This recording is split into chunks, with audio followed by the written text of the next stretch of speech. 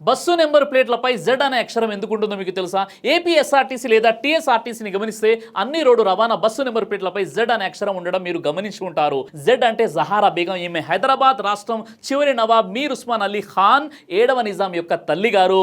నిజాం మొదటగా తన తల్లి జహారా బేగం పేరు మీదుగా రోడ్ ట్రాన్స్పోర్ట్ సర్వీస్ ని మొదలు పెట్టాలి అనుకున్నాడు. కానీ ప్రభుత్వ రంగ సంస్థకి ఒక వ్యక్తి పేరు పెట్టడం తగదు అని మంత్రుల నుంచి సూచన రావడంతో ఆలోచన నిజాం విరమించుకున్నాడు. తొలి బస్సుని ప్రవేశపెట్టినప్పటి నుండి నిజాం తన తల్లిపై ప్రేమతో ఆమెకు గుర్తుగా ప్రతి బస్సు నెంబర్ ప్లేట్లపై తన తల్లి పేరు కనిసి వచ్చేలా ఆమె పేరుని ఆల్ఫాబెట్ లో జెడ్ అనే అక్షరాన్ని రాయించాడు. నిజాం హైదరాబాద్ రాష్ట్రాన్ని భారతదేశంలో విలీనం చేశాడు. ఆ విలీనం షరతులతో జరిగింది. అందులో ఒక షరతు ఏమిటంటే ఇకపై కూడా ప్రతి రోడ్డు రవాణా సంస్థ బస్సుపై జెడ్ అనే అక్షరం ప్రతి నెంబర్ ప్లేట్ లో ఉండాలి అని షరతు రాసుకున్నాడు.